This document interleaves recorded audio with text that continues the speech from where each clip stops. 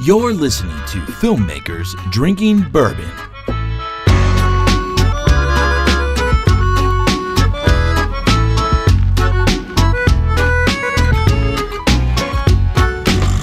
Hey, what's up, Multiverse? This is Brandon. And this is Alex. Wow, you're actually on the show. Right? That feels weird to hear. Yeah. And this is Alex. And we're filmmakers. And we're drinking bourbon. Cheers, man. Cheers.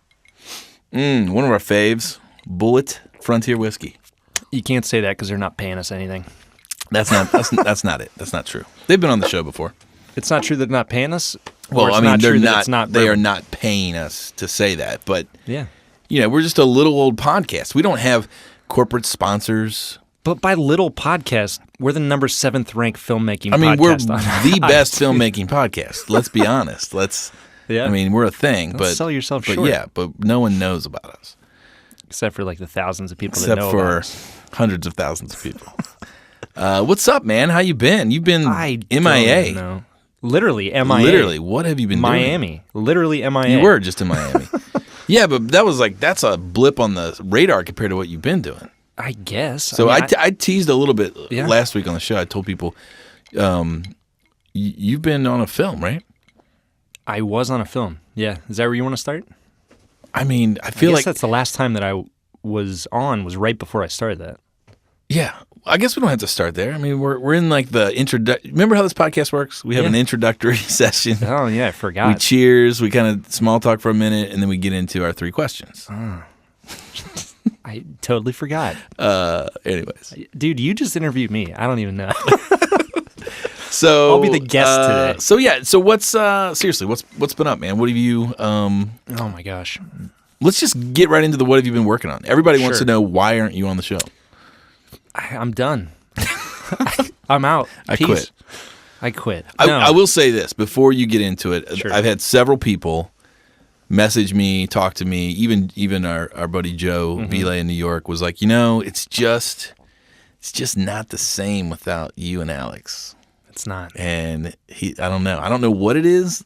I guess I don't even know you anymore, to be honest. I don't even think we could do this show anymore. We've lost our chemistry. I don't think that's true I can't at all. remember the last project we worked on. That doesn't matter. I called you the other day, and it was like, boom. We could have talked for an hour straight, and wouldn't have been boring. So anyway, what I'm getting at is I'm excited to have you on the show. I'm excited to be here. You know what I mean? Considering it's your show. And yours. It's our show. So it's good to be back, and we got a lot to talk about. This might go long. We have been working. We have been watching. We're excited. The whole deal. This is a standard FDB formulaic show. Formulaic. And by that we mean there is no formula. Exactly. So let's just jump right into it. What have you been working on, man? Well, since you already brought it up, I was on a movie. Okay. And it was here in town. Like a student film? Were you on like... Definitely not a student film. Okay. Unless you consider that all filmmakers are students of the craft until the day they die. Yeah, then yes, it was a student film. So you're on a film. Tell us about it. What was the film? Who's the director? Big budget, small budget? Go. It was called The Public. Okay. And it was in the Cincinnati Public Library. Mm-hmm. Actually, Cincinnati plays Cincinnati. It's not like, oh, hey, we're shooting in Cincinnati, but it's set in Brooklyn or whatever. Right. So it's about, well, I guess I'll start with who directs it. Emilio Estevez. As in Young Guns? As in Emilio Estevez, yeah. We all know him. We all love him. Yeah. He came to Cincinnati and said, I'm going to make this awesome movie, and I'm going to make it with Cincinnati talent, some Cincinnati talent, and Cincinnati crew, and Cincinnati locations. Yeah. So it's about a group of homeless people who barricade themselves inside the 3rd floor of the Cincinnati Public Library during a cold winter because all the homeless shelters are full up. The media gets a hold of it, says that Emilio Estevez's character is holding everybody hostage with a gun, which is totally not true. So they blow it out of proportion. They bring in a hostage negotiator. A bunch of drama ensues and eventually comes to a comical conclusion. But it's good. Wow. It's really good. So nice. Some social issues are brought up and shot really well. We had a great DP from Spain. Well, I mean, this cast is bananas. And Dude, the it's budget. nuts. This was a smaller budget film, right? Yeah, it was a tier 1. It was like one of the you smallest got budgets you could have. Jenna Malone, Taylor Schilling, which is the lead from Orange is the New Black. Alec Baldwin, Yeah. Emilio Estevez, Christian Slater, Uh-huh. Mr. Robot, Michael Kenneth Williams, Yeah, which was Omar from The Wire. Gabrielle Union, Uh-huh. Jeffrey Wright, As in Bernard from as Westworld. in Westworld. Yeah. This can't. You can't. There's no way they paid these people money. I don't They know. paid them like in coffee or something. Maybe. Well, they just did a news story on the production, and Christian Slater put it a really interesting way. He's like, Emilio's one of those dudes where when he calls, you say, where do I need to be and what part do you want me to play? Yeah. So I think they all have this kind of, we're doing it because he's putting it on mentality. Yeah, these guys are working. They're heavy for hitters. free. They're heavy hitters. Yeah. Everybody in there is like Oscar nom potential. Oh, yeah. Wow. Yeah. So what was that like? I mean, so let's so you got this film. So let's just kind of you don't have to go day by day, but let's just kind of go through maybe movements, right? The movement of the story. So let's cut it into 3 acts, like a 3-act play. So Act 1, what type of stuff are you guys shooting? Are you interior, exterior? Is it just go? Lots of it. So it takes place in the library, 3rd floor. Majority of the movie takes place there and in the security office. So like single location film. Very much. Like a lot of it's, really compact. Okay. So we're in this library. It's a lot of, multi-extra scenes. So like we have 70 extras on set a lot of days. And so there's always something cool to shoot. A lot of commotion. Lots of commotion, lots of, capturing camaraderie or, riling the troops to get ready to, fend off the police or whatnot. I don't even know where to begin. We had 3 cameras. Okay, dude. let's begin there. We had 3 cameras. Okay, let's begin there. Yeah. What was the approach from a director of photography standpoint? Who was the DP, and then who was the team supporting him? What did the team look like? And then let's get into the gear. Sure. So the DP was Juanmi Azparos. He's a Spanish DP who moved to New York like a year and a half, 2 years ago. Who's I'm not gonna say it. Anyway, he moved to New York 2 years ago. Really, really talented dude. You've seen this guy's commercials all over the TV. Lexus, Mercedes car commercials all over the place. Sweet. Really talented. So he's the DP. Dave Schwander was A camera and Steadicam. He's a local guy. I was B camera, and then Amy Faust, who is C camera. Yeah. Each unit had first AC, second AC. We had a DIT, digital utility. So we had like a full crew, full capabilities. Yeah, you had people. Yeah. So basically each day kind of started with, whatever the scene was. It was usually A camera, Steadicam shot. Would do this big moving master. And then B and C camera would come in for coverage, over the shoulder, whatever. And then we'd move on. What were you guys filming on? Alexa XT. Across the board, or C camera was an Alexa Mini. Okay. Yeah, and so Amy's unit, C unit, had a first AC, no second. So she was kind of like stealth ninja cam. She would go around and get reactions of homeless people, reactions of cops, whatever. But then they'd sweep her into main unit to cover the actual dialogue whenever there's an opportunity. That's kind of crazy. Nice. So the whole thing's handheld, or is there some camera support in there at all? Or? Yeah, there was Steadicam was the majority of it for A camera, and then B and C were almost always handheld. There were a couple really long dolly shots that I got to do, so that was cool. But yeah, a nice mix. Nice, honestly. man. Yeah. That's awesome. Yeah. So did you have like an easy rig? Were you like literally holding this thing? I mean, that's 24 days. Day one. 12, 15-hour days, right? Yeah. I mean, yeah. Day one, you had to be exhausted, right? Absolutely. My body hates me right now. Day one, I had an easy rig, but it was only for like low angle stuff. And then I ditched that and went completely handheld for the rest of it. So with like a 40-pound, camera rig. How are you holding up? Great. I feel fantastic. Getting back into fitness, and, just right as soon as the movie wrapped, had a music video down in Miami. So sun and recuperation. So you went straight from Cincinnati shooting a film. You were 24 days on? 22. 22 days. Yep. And instead of taking a break, Yeah. you went directly to the airport and went to Miami Correct. to shoot a music video. To shoot a music video. And then I flew back. And now here we are. Man, you're a brave man. Yeah. It was fine. We had a prep day in between. So yes, I'm distracted right now. I know. I can tell. What's going on? I just got a text. As you people know, I share everything. Your health, on the show. Your family life, My health and my wealth. how long your beard's getting. So my dog is having some problems. Is it something that you need my wife to take a look at? Maybe. I don't know. But since you're on the show, I figured I'd throw it out to you. You might have some insight. I'm not a vet. I know, but you're a lifeguard, so. That's all that matters. Yeah. So I think he's dying. Why would you say that? I don't know. He's like, I think he's old age. He's got this old age thing going on.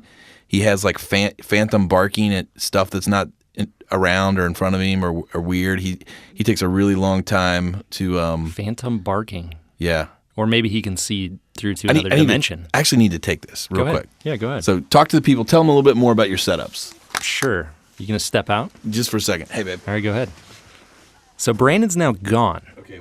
And now's my opportunity to tell you all sorts of secrets about this crazy man. In reality, no. I don't know what I'm going to talk about. Frank. Ooh, good call. So Frank, we got this cool little situation going on here where he like takes this writing utensil and puts words on paper and holds it up to the glass. And it said lenses. So lenses on the film, like I mentioned, we shot on, excuse me, Alexa XT, and we were shooting on Leica Summilux C lenses. So they're 1.4, super fast, like $300,000 a set. Kind of like the best lenses you could possibly get. They shot the movie, what's it called? Joaquin Phoenix, where he falls in love with a robot. Her. It's called Her. Frank, step in here. We're calling in the we're calling in the bench. I need someone to bounce ideas off of. What kind of lighting package did you have? There he is. Oh, so that was not up to me. That was up to the director of photography. But inside the library, since we were shooting such wide spaces, he left it pretty much unlit. We had these nice fluorescent tubes in the ceiling, so it's mostly about framing of movement at that point. He's back. Sorry. I might have to. Thanks, Frank. Frank, you might have to come back in. So, live update. I feel like the Oscars right now. Yeah. Live update. Otis, my dog, has, in addition to these issues, he's now apparently incontinent. What continent's he on? Isn't that what it's called? Yeah, where they travel in an airplane to go to different continents? No. Isn't that the phrase? I'm kidding. Yeah, where they can't hold he their can't hold his bodily fluids in. Yes. So we're on like day 3 now of this. Ooh. He is aging. He's ailing. He's doggy diapers. He's old. Yeah. He's 14 years old as a Jack Russell mix. So he's like 156 with dog ears or something? I don't know, but he's old. Yeah. And so anyway, that's what I'm dealing with. So yeah, it's kind of sad to watch, and I'm trying to figure it out. And so that's why I got a text from my daughter. So she just gave me the update. So I'm probably going to have to take off and go check out the situation. Man, it's that bad. Well, I don't know. Like she seemed kind of upset. Your daughter? Yeah, I don't know what his behavior is right now. So. I'm sorry to hear that. It's all right. I mean, a big animal person. Yeah, you know what? Hey, dogs live and they die, just like people. Mm-hmm. And it's fine. He is my first dog, though. So really? Yeah, he's my first dog. So man, you've lost pets before. Yeah, like fish, hamsters. Nothing big. Nothing big, But I mean, it's fine. Like it's part of the process, Yeah, it'll. But just it's more or less like. The fact that I have to deal with it is an inconvenience. What a heartless way to approach this. God. Oh gosh. The fact that he's dying is such an inconvenience to my daily schedule. I mean, I'm just keeping it real. Like anyway, so not to depress the show, but anyway. So I do want to continue talking for a little bit. At least a little bit. Yeah. So you got them on while you were up to gone. speed. Did you say anything while I was gone? I say it a little bit. While you were gone, Frank helped me out. He asked what lenses we used. I told him Leica Summilux Cs, which are like the best lenses on the market right now. Spherical lenses, not anamorphic. But we shot at a 239 crop. Oh, okay. So we shot open gate on the Alexa, but then cropped off. We had frame lines to crop off the top and bottom of the sensor to shoot scope, wide frame. So that was kind of cool. And then he asked about lighting package. I said that's up to DP and the gaffer, but most of it inside the library was almost unlit because we were shooting such wide, kind of flowing scenes. It was all about framing and movement, so we just utilized the fluorescence in the ceiling and bookshelves and other things to create a cool frame versus worrying about too much lighting. Nice. So it has a really unique look to it. Yeah. Well, that's cool, man. Cool. So when's that? When are we going to see this thing? I believe they said November of this year. Really? Quick turnaround. That is a quick turn. Yeah. Wow. Yeah. That's the way you do it. And it's a long script too. I mean, we shot. There's a lot of talking on phones, and a lot of communicating with people that aren't in the room for the scenes. Mm-hmm. So you almost have to shoot the scene 3 separate times. You shoot Emilio's part in the library, then you shoot Alec Baldwin's part in the security office, and then you shoot Taylor Schilling's part out on the street through this phone conversation. Mm-hmm. So you're like doing triple duty to get this scene done, but it's going to be really, really interesting. Nice. Yeah. That's awesome.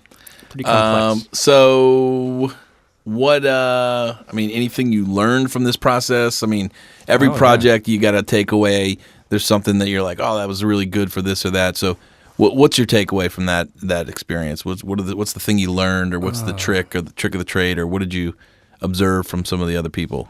I think one of the biggest things I took away from it was time management and how much scheduling can play a factor in actually, first of all, everyone's mental set or mental mindset on set, but then also like getting the project done. If you have poor scheduling, it's going to be a bear to complete. And we ran into that. I wouldn't say it was because of poor scheduling, but because of certain things taking longer than everyone thought, that we then had to, push items off this day to next day. And they were talking about adding 3 or 4 days at the end of the schedule when we were like a week from being done. Everyone's like, oh my God, are we even going to complete this movie? Right. It was rough. That's crazy. So yeah, scheduling, time management. You got to plan it. Yeah. So that's a thing that'll really, you and I and whoever else I do projects with will really focus on from here on out.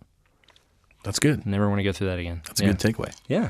But I mean, ultimately, this was like a dream project, in all honesty. Yeah, I mean, you had cool people, Emilio and Wanmi, who I, as a camera operator, that's who you work really closely with as the director and the DP, were some of the best bosses ever.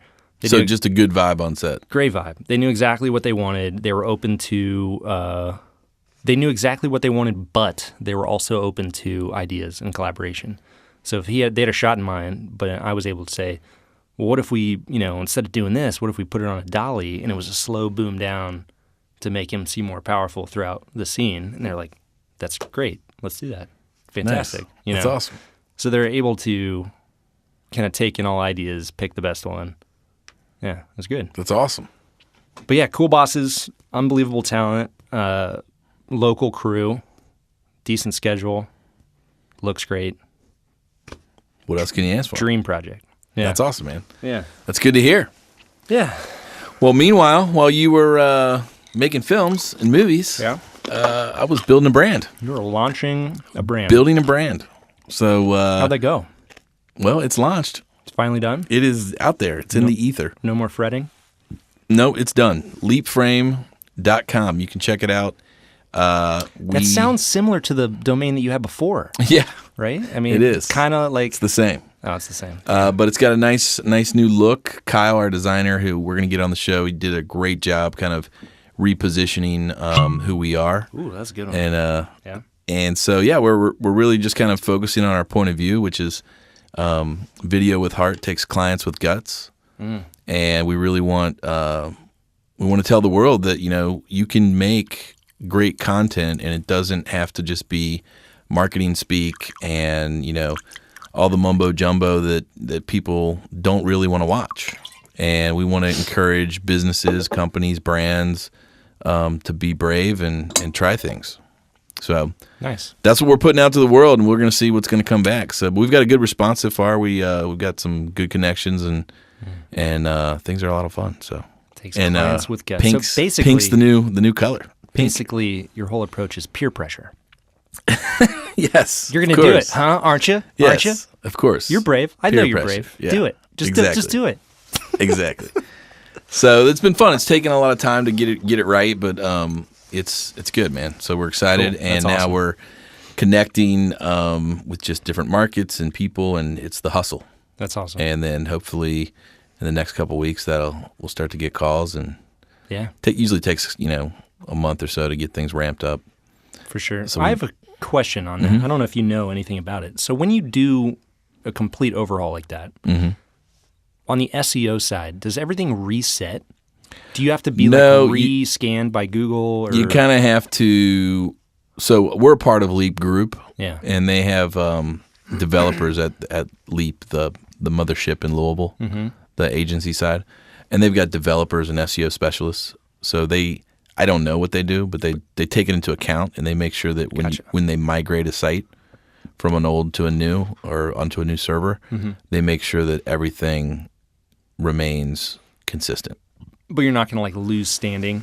Oh, no. Gotcha. No, Okay. no, not at all. That's If what I would be worried about. anything, the new site will be built for even more SEO readiness. Nice. So, but it's been fun. Ryan and Kyle have been busy doing a bunch of animation stuff, and tonight's the Addies here in Cincinnati. It's the Addie Awards for advertisement. We've got a couple things up for submission. The UC spots we did will be up for submission. We actually That'd be cool. received a silver Addie, or no, silver Telly, which is like a local broadcasting type of award.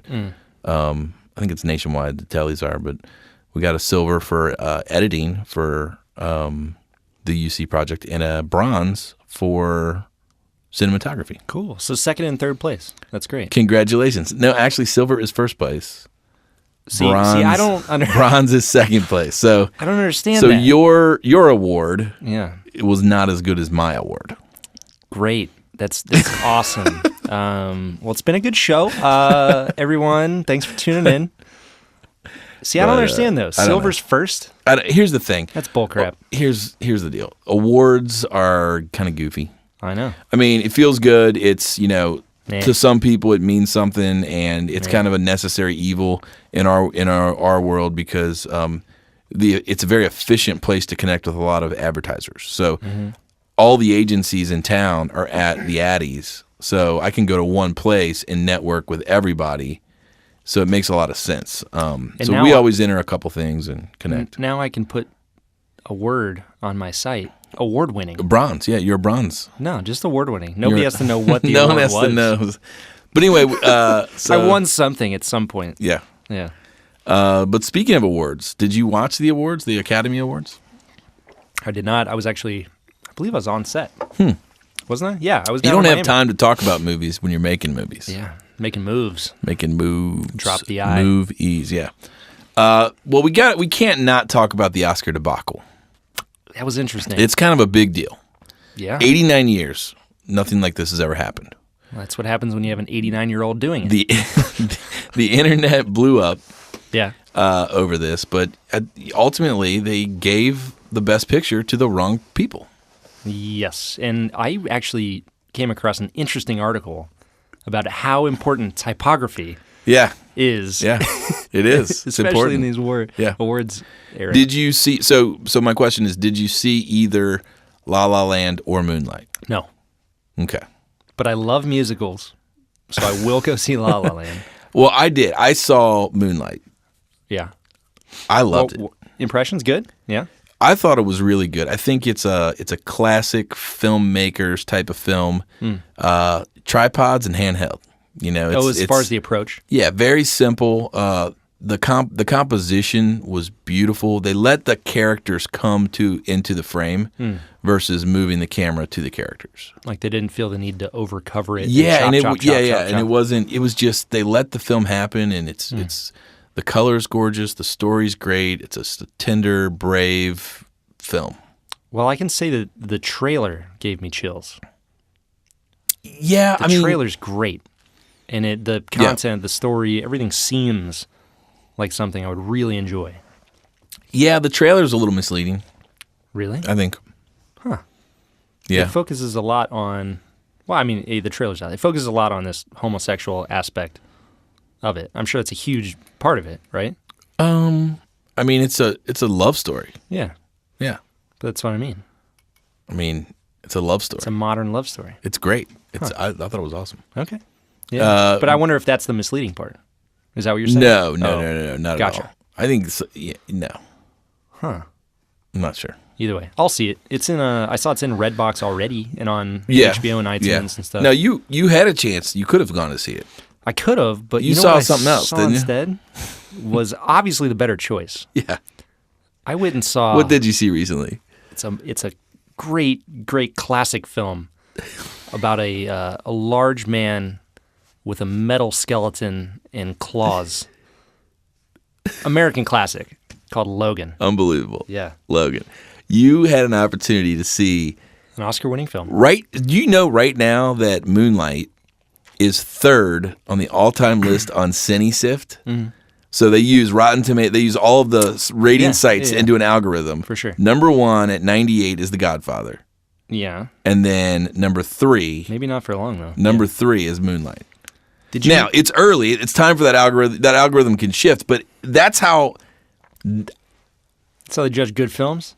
I'm just saying, and so you had an opportunity to see this film that is being hoisted as the third best a film potential of all time. Classic. But Wolverine's the best X-Men of all time. And you decided, nah. You know, I think I'm going to make a choice to go see a bad superhero movie. Oh, fantastic movie. American classic. Again. Dude, baby Wolverine? Wow. Baby female Wolverine. Unbelievable. Fantastic. Unbelievable. Yeah. So I'm glad you enjoyed it. Oh, I loved it. Did it have a bunch of CGI? I would hope. Oh, yeah. Lots of, but it's not like your traditional superhero film that you're used to. Is it a Marvel? It's a Marvel, but it's a really dark, small, dark drama. So it's more of a DC Marvel. That doesn't make sense. You know, like DC movies are always a little darker. Yeah, but it's just a dark Marvel, not a DC Marvel. All right. Yeah. A Darvel. A DeCarvel. No, it's really in the context of superhero movies. It's small. Okay. Small, intimate. Not a ton of giant special effects and whatnot. Just really good. Hugh Jackman is like old Wolverine. He's old, decrepit, like falling apart, dying. So that's a cool character to play. I've been wanting to see it for a long time. And so when it came down to, do I want to rent what my wife would call a boring awards movie, even though she knows nothing about it. I love her to death, but she doesn't boring awards movie. Yes, wow. She does not like the dramas. Or do I want to go see some action-packed at a theater? Not a theater. Theater. A theater. Theater. Okay. Yeah. Theeter. Theater. All right. So we chose that, and it was good. All right, that's fine. We enjoyed it. Hey, and you've got that. That's an opportunity you have. That's a freedom you have. It's a right I have as an American to go see a man with claws. That's right. Over an award. A real movie. Yeah. It's good.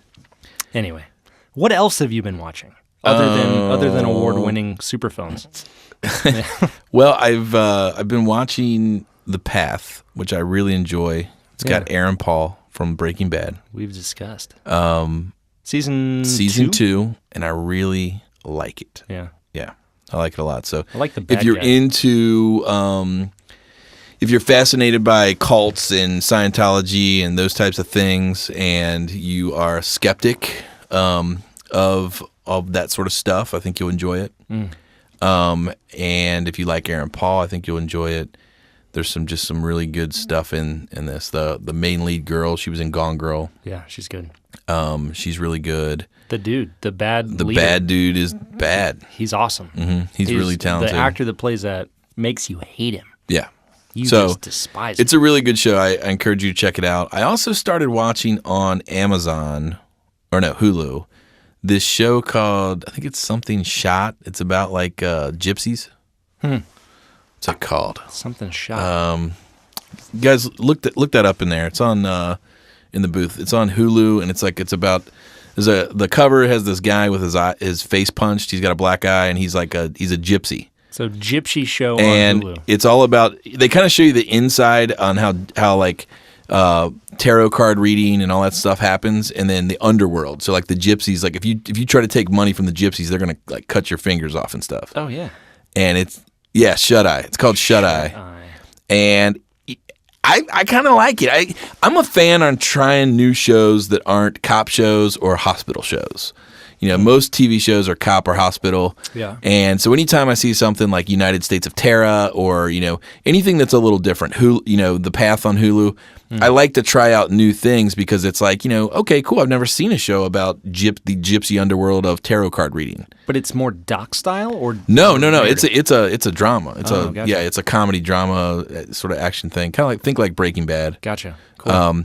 And it's pretty good. Like I think it's one that's going to grow on me. So like I'm sticking it out. I'm going to keep watching it. Yeah. But it's interesting. Shut Eye? Yeah. Huh. It's all about like, palm readers and mediums and just the whole side hustle of like hustling people out of their money and that underworld and who runs it and like, the relationships. So.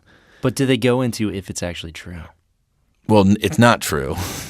But it could Obviously. be. No, it's not. It could be. No, it's definitely not. So I've been watching that. My wife, she thought it was kind of cheesy. And then me and her have been watching Big Little Lies on HBO. No idea. Reese Witherspoon, Nicole Kidman. Movie or drama? Drama. I love dramas, Show, man. I should say. It's all drama. Mm-hmm. Yeah, it's good. Drama's it's just catch-all It's term. this following the lives of these people in Monterey, California, and they're rich and wealthy, and some stuff goes down, and it gets real. Oh, dude. Sorry. Speaking of these internet shows, you're gonna love. So the music video shot down in Miami. My key grip was previously the rigging gaffer on a little show that you and I love called Bloodline. Yes. Yeah. Awesome. Yeah. So that's great, man. His name was Swifty. We called him Swifty. That's great. Great dude.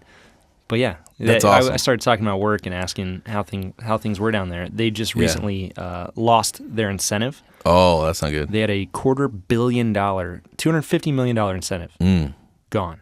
Yeah. So all these shows. Well, Moonlight was shot down there. Yeah, all these shows went to Atlanta and Louisiana. Atlanta, Louisiana, and L.A. Yeah. Pretty sad. But yeah, he was the ex-rigging gaffer on Bloodline, which I thought was pretty cool. That's awesome. Oh, dude. Yeah. Got this dude working on our music video? Wow. Yeah, man. That's the way to do it. So yeah, just stuff like that. I mean, I'm going to take it again for a second. Yeah, do it. So you've been talking about all these narratives, these dramas. I'm on the opposite side.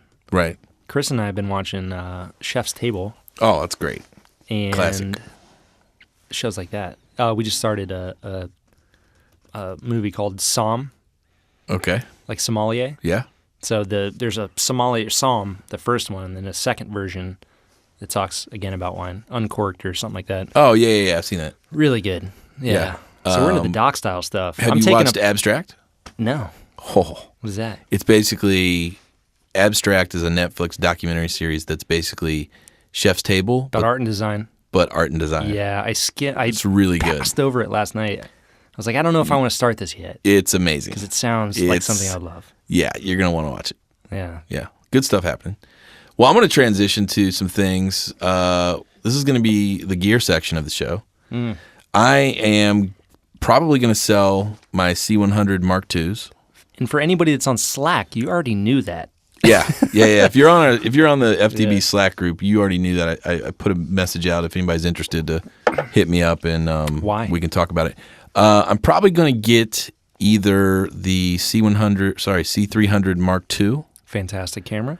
But there's still these rumors out on NAB. I just read one today that was alluding to a new generation of the C100 Mark III, or a potential C100 Mark III. That's only a month away. And then we're going, right? There was another. We're gonna go cover it. I don't think so. Actually, I might end up being there. I mean, we'll have to see. Joe Vile from New York. We talked. He's got a project going on out there that potentially I might be a part of. Really? Yeah. Huh. We'll see. I'm interested. It's more of a talent role. Oh, what? No way. Yeah. Maybe exercising my host capabilities.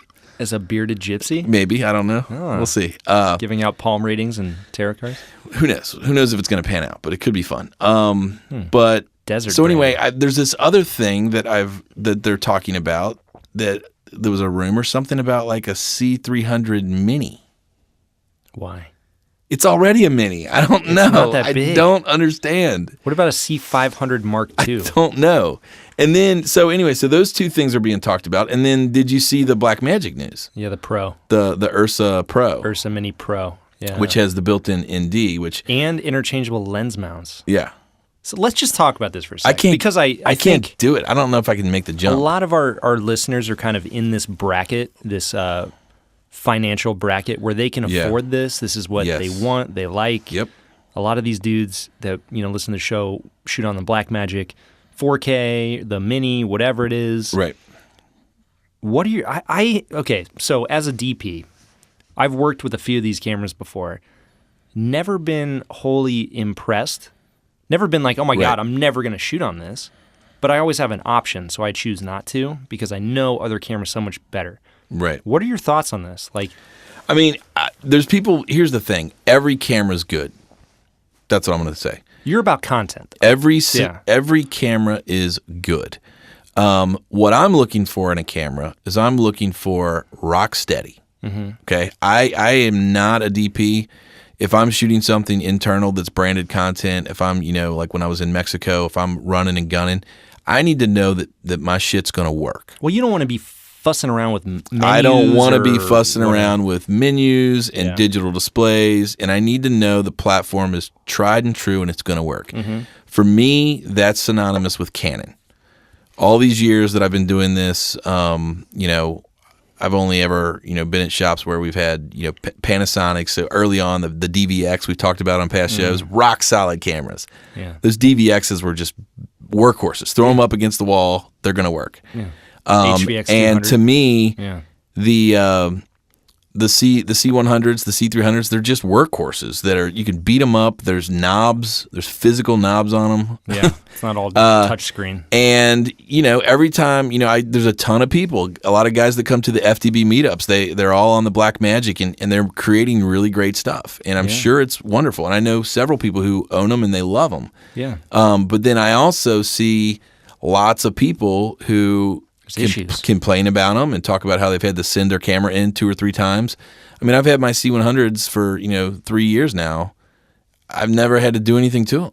The only issues you've ever had with the C100 is that it got stolen. Yeah, I got but I mean, so I see you see things like that, and for what we use it for in-house camera. I mean, when we shoot a commercial, we're usually shooting on the Mini or Alexa or Red or something like that.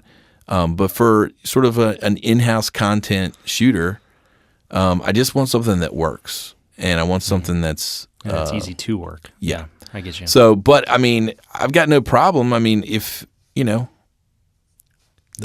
people are making it work, and they really like it. They really like this Ursa.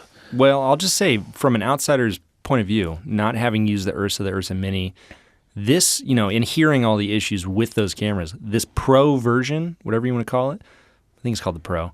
It seems like they ironed out all those things. They got the internal NDs. They got the, swappable lens mounts. Lots of physical buttons that control everything. It's not all touchscreen. It can shoot RAW to a SD card or whatever. all those things are ironed out. You don't have to have, we've had Clifton Stommel on the show who created the box to, upgradable hard drive space and whatnot. I think they solved that issue as well. Yeah. So I'd like to try it. I'm eager to try it. The image quality seems to hold up. I don't know. Yeah. It's just why switch over from something that I'm used to that? I'm not a purchase guy. It's not like I'm going to go out and buy this camera. I'm a rental guy. Yeah. So if the opportunity comes up, I'm definitely down to try it, but I'm not going to go out and buy it. I'm not going to flip my lid over it. I don't think I'm going to buy it either. Yeah. It doesn't seem like something that you guys need at Leap Frame. No, I mean, it's fine. 4K RAW? Do you need 4K RAW? Angus, actually, we were talking about this in New York, and Angus Oborn from New York, DP, he said, man, don't sell your C100s. Just buy some gold stickers and stick 4K on the side of it. No one will ever know. It's technically a 4K sensor that down-reses the 1080. But you know what I'm saying? Like, it's going to end up on YouTube or Vimeo or something, Yep. So that's how it goes. But, Well, yeah, speaking on that topic, the music video I just shot, there was talk and discussion prior to me going down there of shooting the thing 8K. Wow. Yeah, on the helium, the red helium sensor. Just floats. And downscale. It's so light that it floats. That's why it's so smooth. Yeah. But then downscaling that to 2K or whatever, 4K for a deliverable. Yeah. But we ended up shooting, I ended up shooting 4K UHD on the Mini that they can up-res to whatever, Cinema 4K. Something like 8K. I feel like they should just send you one. What? The Mini. Arri should just send me a Mini? Yeah. Sure. A sponsored deal. I'm fine with that. Arri, if you guys, if you're listening. If you need a guy out in the field who's going to promote. A true endorsement. True endorsement. Yeah. Alex is your guy. The Alexa Mini, the best camera you'll never own. Yeah, there you go. See? Nice. Great. So I don't know. What do you think? I mean, should I wait to see if Canon does anything? I don't know that they are. I mean, Canon. There's always rumors pre NAB, and then nothing pans out. And then you run the risk of right after NAB, they could release something. They're never ones to kind of stick to the convention. Right. Dates. Yeah, they might have their own announcement. A month after, they could be like, oh, C100 Mark III, C300 Mark III, blah, blah, blah, C500 Mark II. Sure. Everything's a mark with them. Well, so the thing I'm up against is right now the C300 Mark II has a $4,000 discount till the end of March. Dude, it's a great camera. One of my buddies, one of the directors I work with doing 21 Pilot stuff, Mark Eshelman. Yeah. We talked about this. We went back and forth. He was looking for a camera to buy, and he was in between the C300 Mark II and the FS7, the Sony, because of the high speed functions. Right. Ultimately, I was like, dude, I think you should go C300. Yeah. Better color science. We shot on the FS7 for that Mentos piece. Yeah. And it turned out great. Yeah, it looked great. But I think Angus the whole time was kind of like, Arr. Yep. There's issues with the menu. There's issues with the LUT functionality. Color's not as good. It crops the sensor for high-speed stuff, whatever it is, whatever the issues are. The Canon, like you said, it's a beast. It's tried. It's true. It's a workhorse. You can throw it up against the wall. Yeah. It's going to shoot amazing images. So he ended up going with that, and he's doing all this tour stuff with 21 Pilots, and the stuff looks amazing. The way it handles highlights, the way it renders skin tones, everything's great. Well, and it shoots awesome in low light. Yeah, and it's not going to fail. You can trust it. So sounds like an endorsement for Canon. I like Canon. Canon.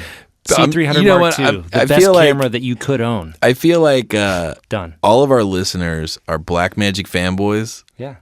And then we're Canon fanboys. Or Arri. Yeah, Canon and Arri fanboys. Well. Anyways, so it's been fun. We had a good FDB meetup in New York. I know, without me. Yeah, Ward came out, and it was fun. And yeah, man, it's cool. I really enjoy this aspect of the community. I enjoy the Slack group. And I just want to encourage anyone listening, if you're not a part of the Slack group, go to fdbpodcast.com, join the Slack group, get in on that. Some cool conversations happening. Sometimes it's just helpful to go there and say, hey, anybody try this or anybody, and almost immediately you get a response from somebody. It's been great. I haven't been a very big part of it. Yeah, we have like over 100 members at this point. Yeah, I've been a little absent through all this work, but I do notice. I see all the updates. And I see the conversations. I have a second to look at it and then go back to work. But we've got a group now. Cool. I threw it out there that would it be useful if the Slack group and everybody connected, who's kind of a trusted resource, started to like build a contact list of people we know and trust as freelancers, like referred, kind of like an FDB Angie's list.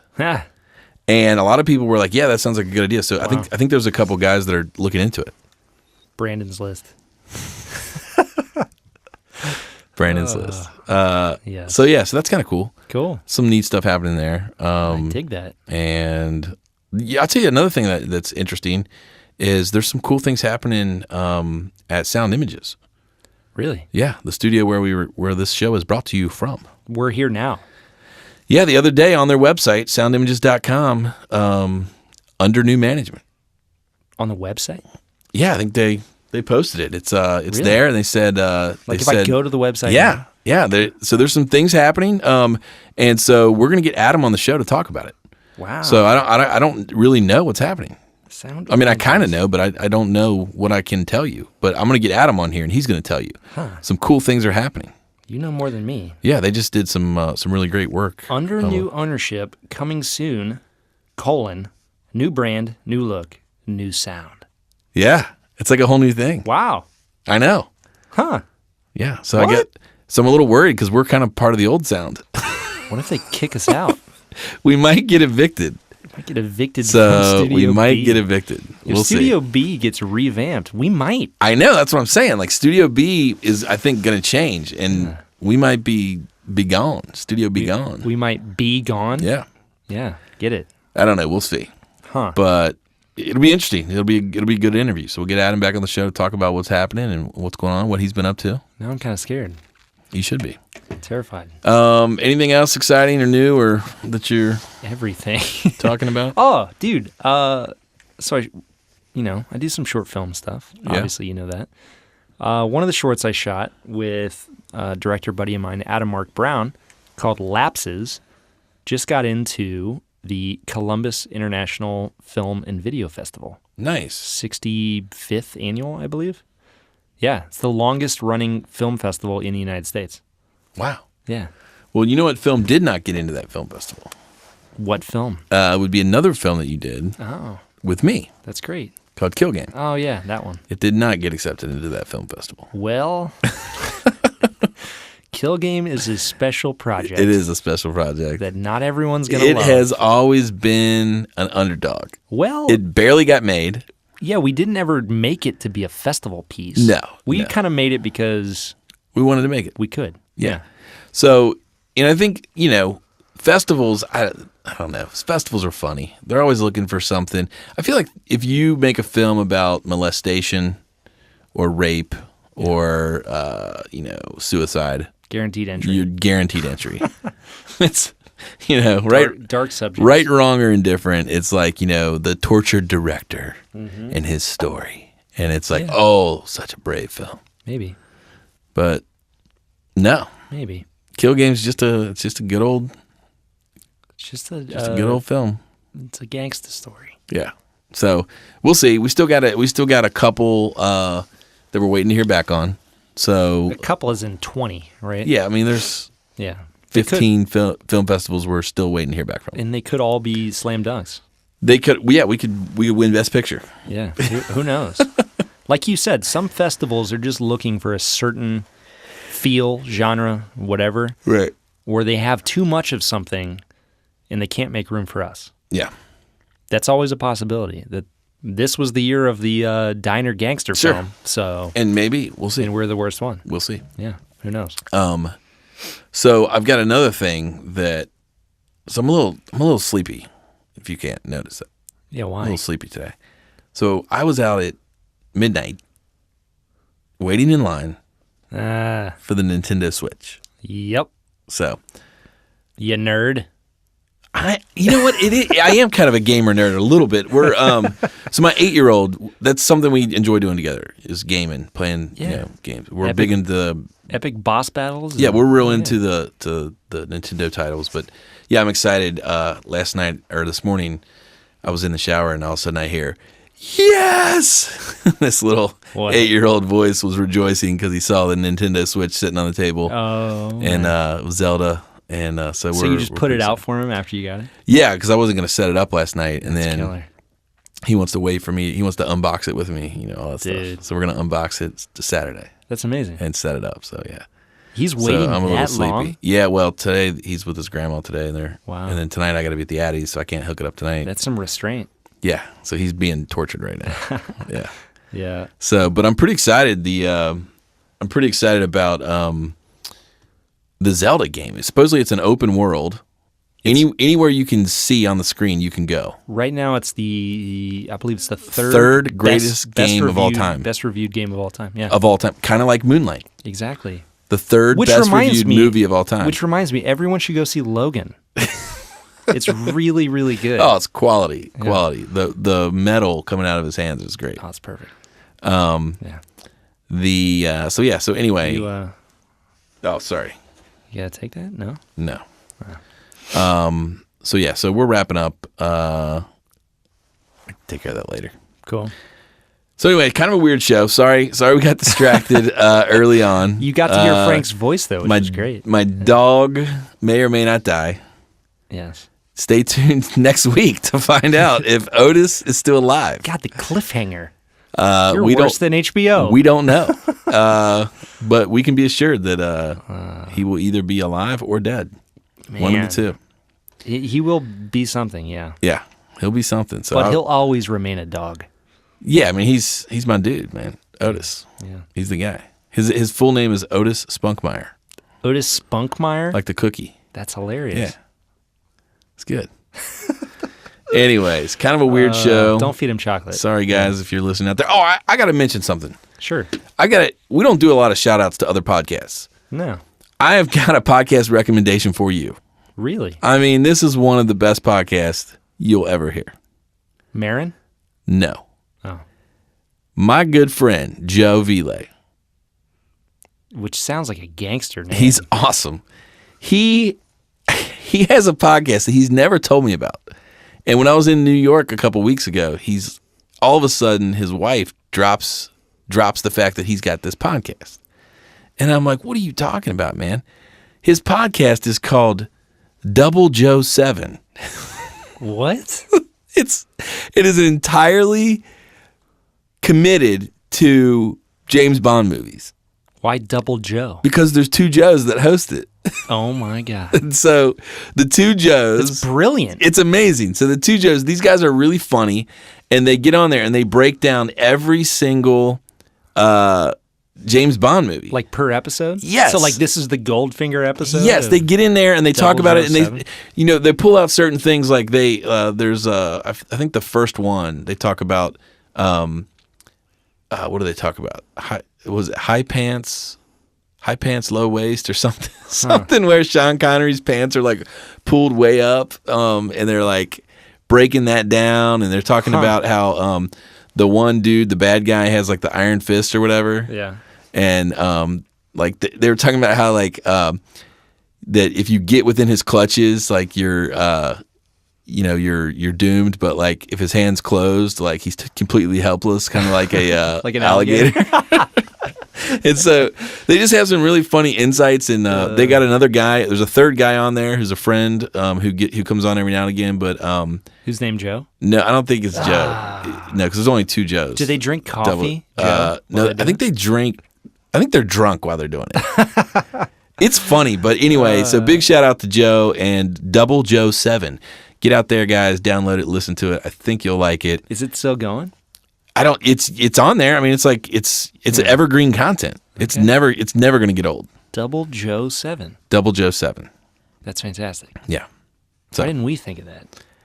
We're not Joes. We're not your average Joes. But we could be. Yeah. So, anyways, well, guys, that brings us to the end of today's show. It was a weird show. It was a odd show having you back, and then I got distracted. There's the whole dog thing. Yeah. And I'm tired. I'm exhausted. Like you said, I don't know you anymore. I don't know you anymore. I know. We're strangers in this odd land. Like we're getting reacquainted again. I know.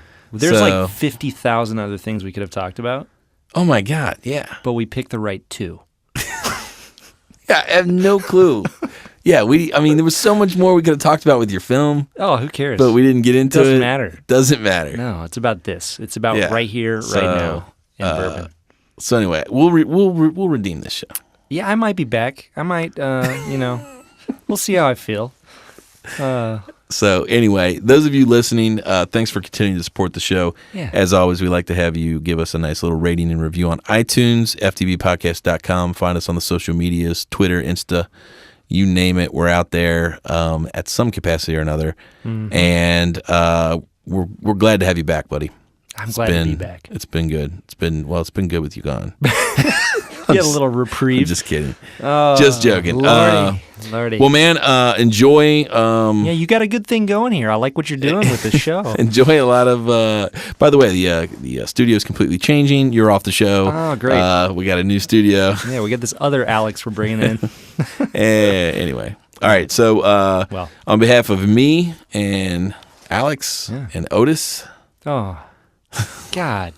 End on a down note. We will see. Bwah, bwah, bwah. We'll see you guys next week. All right. Cheers, Otis.